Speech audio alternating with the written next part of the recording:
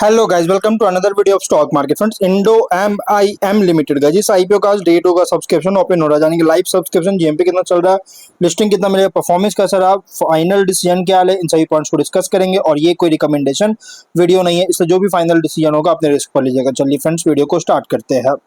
तो guys, IPO 23 को open हुआ था 27 जुलाई, मंडे क्लोज किया जा रहा है। 3 डे आईपीओ है। 30 जुलाई का लिस्टिंग डेट, ₹1 का फेस वैल्यू, 461 टू 485 रुपीज का प्राइस बैंड, 30 शेयर्स की lot size, fresh capital OFS का combination, book built IPO, 3811 crore का issue size, 7.8 crore shares issue किया गया, जिसमें से फ्रेश कैपिटल 499 करोड़ का ऑनली किया गया और ऑफर फॉर सेल 3311 करोड़ का किया जा रहा है। Book built IPO BSE NSE दोनों एक्सचेंज में लिस्टिंग होगा। 45 रुपीज का एम्प्लॉय डिस्काउंट दिया गया है। अलॉटमेंट डेट 28 जुलाई का, 29 को रिफंड रिलीज किया जाएगा। शेयर्स डिमैट अकाउंट में क्रेडिट होगा।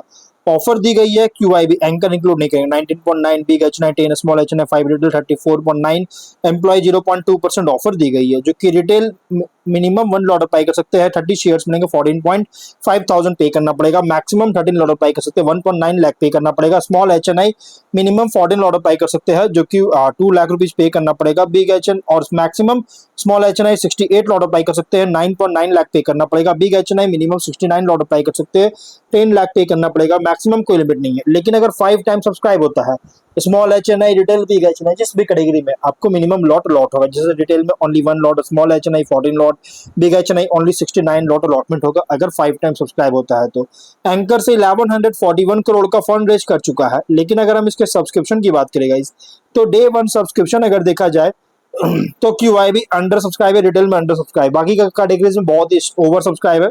क्यूआईबी 18% सब्सक्राइब किया, 28.1 लाख शेयर्स बीट किया, 136 करोड़ का। लेकिन एचएनआई में बहुत ही स्ट्रॉन्ग सब्सक्राइब है, जो कि big HNI 2.7 time subscription, 78.4 lakh shares offer था, 2.1 करोड़ शेयर्स का बीट किया, 1047 करोड़ का। स्मॉल एचएनआई 3.6 टाइम सब्सक्राइब है, 39.2 लाख शेयर्स ऑफर था, 1.4 करोड़ शेयर्स बीट किया, 683 करोड़ का। स्ट्रॉन्ग सब्सक्राइब है। और रिटेल में अंडर सब्सक्राइब 87% सब्सक्राइब किया, 2.4 करोड़ शेयर्स बीट किया, फिर 1157 करोड़ का। एम्प्लॉय में ओवर सब्सक्राइब है, 1.5 टाइम्स का, जो कि 2 लाख शेयर्स ऑफर था, 3 लाख शेयर्स बीट किया और 14.5 करोड़ का। टोटल 1.1 टाइम सब्सक्रिप्शन फुल्ली से थोड़ा ज्यादा देखने को मिल रही है, जो कि 6.2 करोड़ शेयर्स बीट किया, 3038 करोड़ का सब्सक्राइब देखने को मिल रहा है। लेकिन अगर हम जीएमपी की बात करेगा इस, तो कंपनी का जीएमपी ट्रेड कर रही है, अगर देखा जाए तो इसका जीएमपी है 186 रुपीज का, 38.3% का। स्ट्रॉन्ग लिस्टिंग गेन एक्सपेक्ट कर सकते हैं। 671 रुपीज का एस्टिमेटेड लिस्टिंग प्राइस, 5580 रुपीज का एस्टिमेटेड प्रॉफिट सिंगल लॉट पे मिल सकता है। बिजनेस की बात करें तो one of the leading end to end solutions provider है, जो कि प्रेसिशन इंजीनियरिंग कंपोनेंट्स का मैन्युफैक्चरिंग में। और ये की कंपनी जो है ये यूज करता है मेटल इंजेक्शन मोल्डिंग का, मतलब कि एमआईएम का यूज कर रही है। 31 मार्च के अकॉर्डिंग 608 टूल डेवलपमेंट्स जो कि क्रेडिट कर चुका था, और मोर देन 1100 कस्टमर्स को ग्लोबल मार्केट में सर्व कर रही है। और ये मोस्ट प्रेफर्ड पार्टनर जो कि एंजॉय कर रहा है यूजर इंडस्ट्री के द्वारा। और अगर हम इसके बात करेगा इस कंपनी का आरएचपी डेटा के अकॉर्डिंग, कंपनी का जो ग्लोबल पीयर अगर देखिएगा तो इसका ग्लोबल पीयर के अकॉर्डिंग 148 के आसपास इसका पी रेशियो है। लेकिन फाइनेंशियल अगर देखा जाए तो top and bottom line steady growth है, स्टेबल ग्रोथ है। 4320.7 करोड़ का रेवेन्यू है, 26 में 533.5 करोड़ का प्रॉफिट है, जो कि एक अच्छी ग्रोथ देखने को मिल रहा है कंपनी का टॉप एंड बॉटम लाइन में। मेनली कंपनी एक्सपोर्ट से रेवेन्यू जनरेट करता है, 77.2% का। इस पर बहुत ज्यादा डिपेंड करता है। इंडिया से ओनली 222.8% का टोटल रेवेन्यू का जनरेट कर रही है, मतलब कि ज्यादातर एक्सपोर्ट से रेवेन्यू जनरेट करता है, जो कि आप देख सकते हैं। और अगर हम बात करें इस कंपनी के इस बार का अगर देखा जाए तो लगभग बहुत ही अच्छी है। कि कॉम्पिटिटर की बात करें ग्लोबल मार्केट, देखिए इंडिया में इसका ऑपरेशन तो उतना नहीं है, इसलिए इंडियन ऑपरेशन हम लोग यहाँ पे नहीं बता रहे, इसके बारे में बताएंगे आगे कौन कॉम्पिटिटर है। लेकिन अगर हम ग्लोबल मार्केट की बात करें तो जियांगशु जियान टेक्नोलॉजी कंपनी लिमिटेड इसके कॉम्पिटिटर है, जो कि मतलब कि इन लाइन देखने को इसका रेवेन्यू भी जो है इंडो एमआईएम के आसपास देखने को मिल रही है, और ये इसके कॉम्पिटिटर है। और इसके अलावा अगर डोमेस्टिक में बात करें तो Omnitech engineering, E Pack prefab technologies, Aditya Infotech competitor है।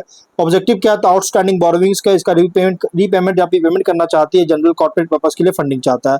Ratios ROE RONW 21.2, ROCE 26.6, PAT margin 12.7, EBITDA margin 25.5% का, debt to equity 0.4, PV 10.6, P ratio 44 time का, promoter holding pre 95, post issue 77.6% का। मार्केट कैप 23,980 81 करोड़ के around होगा।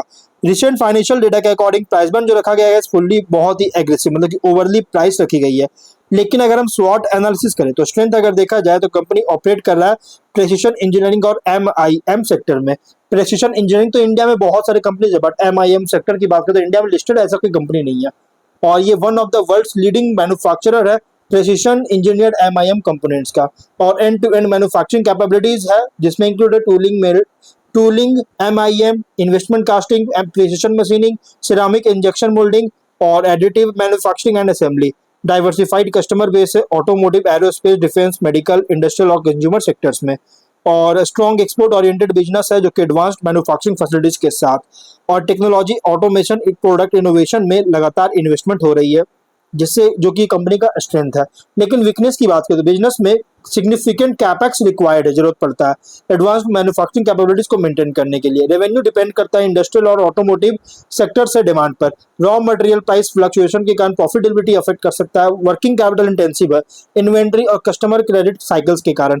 Business depend करता है continuous लगातार technology upgrades और स्किल्ड मैन पावर पर।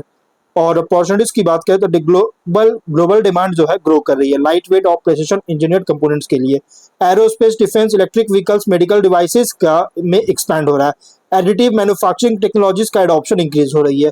आगे ग्रोथ देखने को मिल सकता है एक्सपोर्ट और कस्टमर डाइवर्सिफिकेशन में और गवर्नमेंट इनिशिएटिव से जिसे एडवांस्ड मैन्युफैक्चरिंग सपोर्ट कर रही है। बट थ्रेट अगर देखा जाए तो इंटेंस कंपटीशन है ग्लोबल प्रेसिशन इंजीनियरिंग कंपनी से। रैपिड टेक्नोलॉजिकल चेंजेस के कारण कंटिन्यूअस इन्वेस्टमेंट रिक्वायर्ड है। जरूरत पड़ेगा इकोनॉमिक स्लोडाउन के कारण इंडस्ट्रियल डिमांड रिड्यूस कर सकता है। सप्लाई चेन डिस्ट्रप्शन के कारण प्रोडक्शन और एक्सपोर्ट इंपैक्ट कर सकता है। करेंसी फ्लक्चुएशन के कारण एक्सपोर्ट अर्निंग को अफेक्ट कर सकता है क्योंकि मेनली कंपनी एक्सपोर्ट से अर्निंग करता है। और पीयर कॉन्टेक्स्ट करें तो अदर प्रेसिशन इंजीनियरिंग कंपनीज के कंपैरिजन में ऑपरेट कर रहा है ये ग्लोबल लीडर जो कि एमआईएम टेक्नोलॉजी में diversified product portfolio, strong international presence के साथ। और कंपनी compete करता है advanced manufacturing capabilities, engineering expertise, product quality, technology leadership पर। इन्वेस्टर के लिए आईपीओ प्रेजेंट कर रहा है प्रेसिशन इंजीनियरिंग एंड एक्सपोर्ट और मैन्युफैक्चरिंग सेक्टर प्ले, जहां लॉन्ग टर्म ग्रोथ डिपेंड करता है technology leadership, export expansion, customer diversification और सस्टेन्ड इनोवेशन पर। लिस्टिंग स्ट्रैटेजी देखिए, लिस्टिंग अगर सब्सक्रिप्शन डिमांड स्ट्रॉन्ग होता है रिटेल, एचएनआई, क्यूआईबी हर एक कैटेगरीज में तो कंसीडर कर सकते हैं, लेकिन जीएमपी सब्सक्रिप्शन ट्रेंड मॉनिटर कीजिए इशू क्लोज से पहले। लॉन्ग टर्म के लिए उन इन्वेस्टर के लिए सुटेबल है जिनका पॉजिटिव आउटलुक है प्रेसिशन इंजीनियरिंग, एरोस्पेस, डिफेंस और एडवांस्ड मैन्युफैक्चरिंग पर। लेकिन लिस्टिंग के बाद आपको कुछ पॉइंट्स को ट्रैक करना होगा रेगुलर बेसिस पर लॉन्ग टर्म के लिए अगर अप्लाई कर रहे हैं तो, जिसमें export growth, customer diversification, capacity utilisation, operating margin, profitability को ट्रैक करना होगा इन सभी पॉइंट्स को। स्ट्रैटेजी वर्डिक्ट लिस्टिंग के लिए अगर सब्सक्रिप्शन डिमांड जीएमपी सपोर्टिव होता है तो कंसीडर कर सकते हैं। लॉन्ग टर्म के लिए उन इन्वेस्टर के लिए सुटेबल है जिनका लॉन्ग टर्म व्यू है precision engineering and export oriented manufacturing पर। तो ओवरऑल अगर बात करेगा तो कंपनी जो है फंडामेंटली बहुत ही स्ट्रॉन्ग आईपीओ है, मतलब स्ट्रॉन्ग फंडामेंटल आईपीओ है। लेकिन ये जो आईपीओ है ये pure medium to long term IPO, लेकिन प्राइस ही बेटर। इसका सबसे बड़ा प्रॉब्लम ड्रॉबैक क्या है कि इसका प्राइस जो कि बहुत ही ज्यादा प्राइस रखी गई है, इस वजह से थोड़ा सा एक प्राइस ही बेट आईपीओ है। लेकिन अगर ये जो है pure medium to long term IPO, इससे जो भी फाइनल डिसीजन होगा अपने रिस्क पर लीजिएगा। ये कोई रिकमेंडेशन वीडियो नहीं है। तो गाइस वीडियो यहीं पे एंड करते हैं, अगर कोई डाउट है कमेंट बॉक्स में पूछे। मिलता है नेक्स्ट वीडियो में, बाय।